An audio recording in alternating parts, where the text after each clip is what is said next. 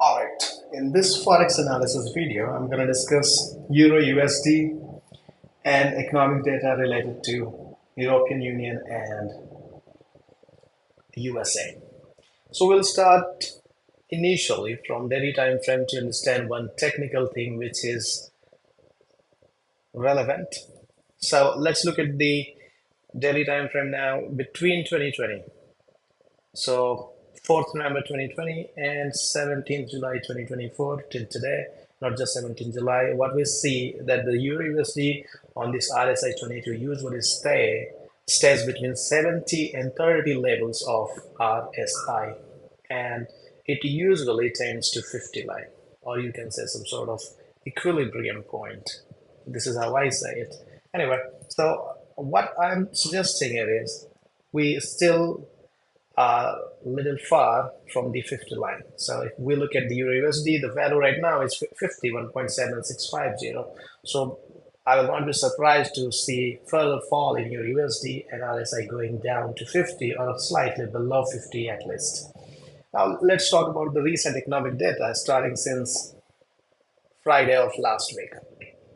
So this is the candle which was formed on the Friday of last week. I'm talking about this one, this candle. So initially it went to the upside because there was downward revision in non-farm payroll number, and the actual release of non-farm payroll was also slightly less than the forecast, which is why initially there was a spike up. However, it started going down because market actually paid more attention later to the hourly earning, which significantly increased according to the according to the data we got on the Friday. So the both data were released at the very same time. However, initially market reacted more because of the NFP, and later it reacted because of the average hourly earning, and then USD started falling down, and you can see that the whole day closed as a bearish candle, and then it continued to the downside. Recently on Wednesday, CPI came from the US, and CPI didn't disappoint. It was not less than the forecast. Rather, monthly CPI, I think one of the two data, there are two things like month over month CPI and month over month core CPI. So one of these two data, I think the core CPI, month over month core CPI was 0.1% more than the forecast. All other three data, like one of them MOM CPI and two year over year CPI, were same as forecast. However, you can see Euro gradually continue to the downside. Today, there are two important things. Two important data which are coming in the market. One is refinancing rate from the Eurozone, which is going to be released at 8:15 a.m. New York time. And then right after 15 minutes, PPI is going to come from the USA. I'm not expecting any surprise from the Eurozone, and I'm not expecting negative, less than forecast PPI. So I am going to seek opportunities to take short position rather than thinking of any long position. I'll rather ignore if I see any upward spike or any bullish movement. I'll rather ignore. I'll rather sit on hand and will not do anything. So that is my observation. But what happens if we get no surprise from the Eurozone refinancing rate, no surprise from the PPI from the US? Then what probably can happen is further fall in Euro USD. And next support for Euro USD is 950 or 917. So what happens here is when market was going up, this was swing high, this was swing high, this was some sort of swing high. So all these were naturally resistance areas. But when market started going down, these areas will now work as support area, and they are working as support area. For example, the market took support here, which is exactly at this swing high. You can join this line. So this swing high right now worked as a support area. So of course the next two swing highs, previous two swing highs are going to work as the another support areas, which are these two, this one and this one. So I have already drawn a rectangle marking these two levels, which are 950 and 917.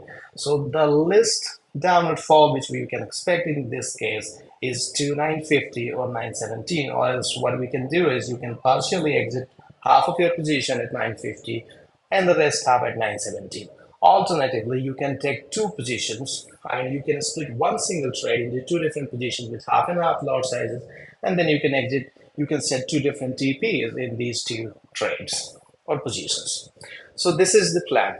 Another thing is RSI 22 is above 50. So this will go down to this level. RSI will fall below 50.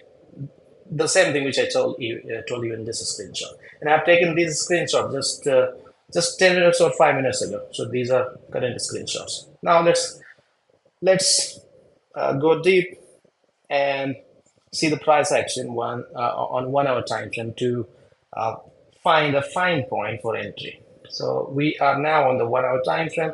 What we saw in the early European session, as soon as the Frankfurt opened, that the market started going down, and you can see this bearish engulfing candle, which I have pointed out by this arrow. However, market didn't continue, and the next two candles made some sort of morning doji star. Yes, if we count these three candles, all these three. So these three candles together make a morning doji star, which is a bullish candle pattern on this 1 hour time frame. And I will not be surprised if I will see a slightly upward continuation, which may give us even better entry point for this sell position.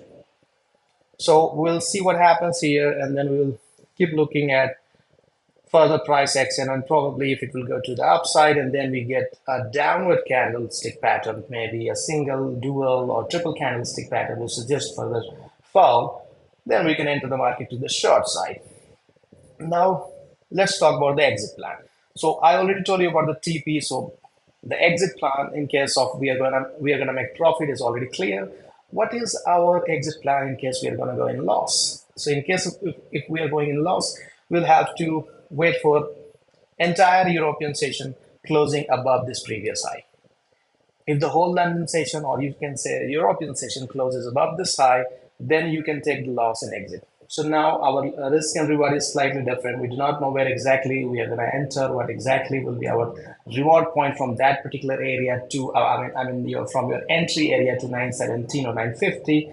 And we also do not know what happens when market goes to the upside and closes beyond this level, because it may close 10 pips, 20 pips, 30 pips above this area. So we do not certainly know. So what we can do is to plot ATR, average true range, and this is how we can determine a daily range. And this is how we can understand what probably can be the maximum movement today, and we can see our risk and reward. So this is something I leave on you. You have to calculate your risk and reward and then figure out whether you want to enter this position or not. So that's all about Euro USD today. Thank you for watching.